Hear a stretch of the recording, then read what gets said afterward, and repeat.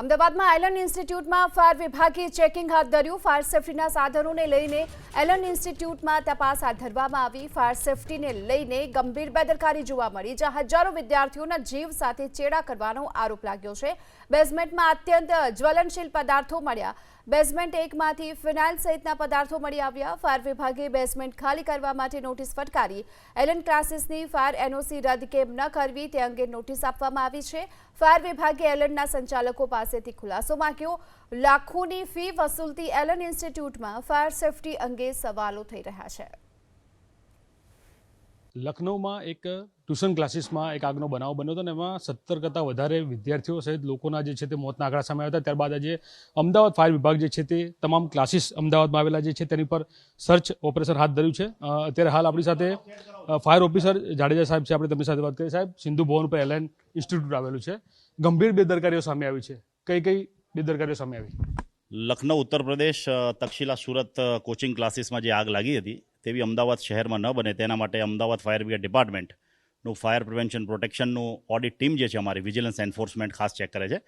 ખાસ કરીને કોઈપણ કોચિંગ ક્લાસીસ જે એજ્યુકેશન બિલ્ડિંગ છે એના fire protection systems, active fire protection, passive fire protection, smoke ventilation check કરીએ છીએ, ઇમરજન્સી એક્ઝિટ રૂટ ભાગવાનો રસ્તો ચેક કરીએ છીએ, જેથી કરીને કોઈ ઘટના ન બને અને ત્યાંના જેટલા પણ માલિક અને એડમિન મેનેજર છે તે લોકોને અવેર કરીએ છીએ કે બેઝમેન્ટમાં કોઈ પણ પ્રકારનો કમ્બસ્ટિબલ મટીરિયલ્સ ના હોવો જોઈએ, હાઈલી ફ્લેમેબલ મટીરિયલ્સ ના હોવા જોઈએ, ભાગવાના રસ્તા એકદમ ક્લીન એન્ડ ક્લિયર હોવા જોઈએ, ફાયર પ્રોટેક્શન સિસ્ટમ ચાલુ હોવી જોઈએ, પેસિવ ફાયર પ્રોટેક્શન મેજર્સ હોવું જોઈએ, જેથી કરીને સુરત જેવી, તક્ષશિલા જેવી ઘટના અને લખનઉ જેવી કોચિંગ ક્લાસીસ જેવી ઘટના અમદાવાદમાં ન બને।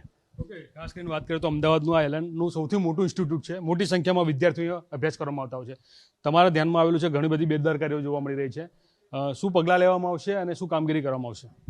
Gujarat fire prevention life safety measures act 2013, NBC, GDCR, NFPA, બીઆઈએસના ધ્યાનમાં લઈને fire safety law violation notice આપી રહ્યા છે આપણે, અને તાત્કાલિક કમ્બસ્ટિબલ મટીરિયલ્સને એ બધું ખાલી કરાવીએ છીએ, જેથી કરીને અહીંયા કોઈ પણ ફાયરની ફ્લેમ છોકરાઓ જે ઉપર ભણે છે તે લોકોને ડિસ્ટર્બ ના થાય, ફાયરની ફ્લેમ, હીટ, સ્મોકથી તે લોકો ઇન્જર્ડ ના થાય, અને એડવાઇઝરી નોટિસ પાલન નહીં થાય તો બિલ્ડિંગ સીલ કરવા માટેની પોલીસ ફરિયાદ પણ કરીશું।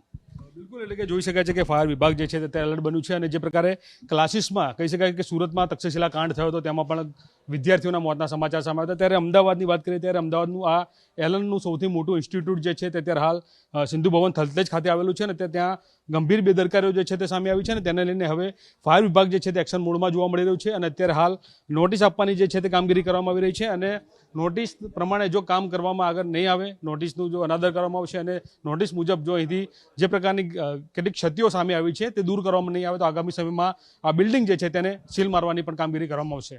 કેમેરામેન પિયુષ લેવા સાથે અભિષેક સિંહ વાઘેલા, એબીપી અસ્મિતા, અમદાવાદ।